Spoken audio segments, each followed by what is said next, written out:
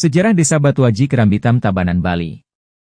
Sebelum adanya arsitektur seperti saat ini, sejumlah pura kuno di wilayah Kabupaten Tabanan masih berupa babaturan atau tumpukan batu.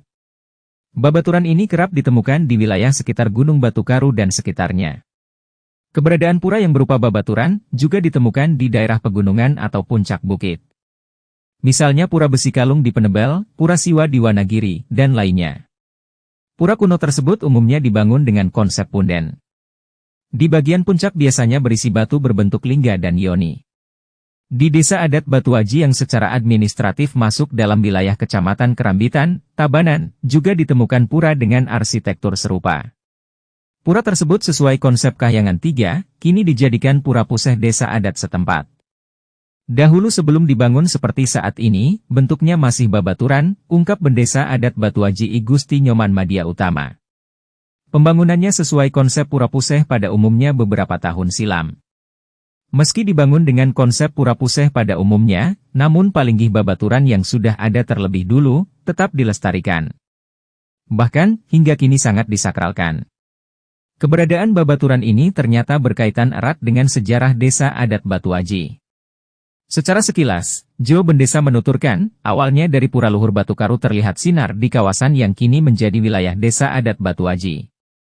Oleh Ida Sasuhunan, kemudian diutus beberapa orang untuk mencari sumber sinar tersebut. Dalam perjalanannya, utusan yang membawa Tirta ini melewati beberapa daerah, yakni Wangaya, Ngis, Sengkulung, Jangkahan, hingga di penulisan. Nah, di penulisan inilah sejarah ini ditulis. Dari sana terlihat batu bersinar ini, ungkapnya. Dari batu berupa lingga dan yoni tersebut, kemudian muncul nama Batuaji yang menjadi nama desa. Menurut Jo Bendesa, Batuaji diartikan batu yang memberikan ilmu atau pengetahuan. Batu yang memberikan ilmu. Sehingga aji yang dimaksud bukan orang tua atau ayah, tapi ilmu pengetahuan, jelasnya. Keberadaan batu berupa lingga dan yoni tersebut, hingga kini sangat disakralkan oleh kerama adat. Beberapa pejabat yang penasaran pun sempat datang untuk sembahyang sekaligus melihat secara langsung keunikan pura tersebut. Ada beberapa pejabat yang ingin melihat langsung, kemudian tangkil ke pura sekaligus bersembahyang, katanya.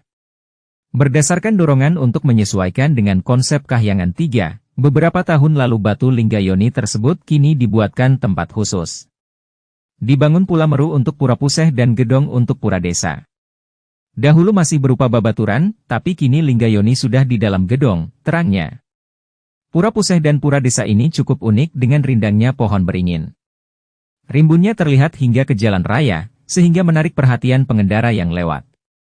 Kehadiran pohon beringin ini seakan menjadi salah satu ciri khusus pura tersebut. Sebab, pura puseh dan pura desa pada umumnya, jarang ditumbuhi beringin. Pohon beringin itu memang sudah ada dari dahulu, ujar pria 60 tahun itu. Mengenai piodalan, dikatakan berlangsung tiap 6 bulan sesuai kalender Bali atau 210 hari, tepatnya tiap Buddha Kliwon Pahang. Piodalannya tiap Buddha Kliwon Pahang. Biasanya krama sembah yang bersama-sama. Namun kini di tengah pembatasan, piodalan beberapa waktu lalu pamedek dibatasi sesuai arahan pemerintah, terang Jo Bendesa yang gemar maka kawin lewat radio amatir ini.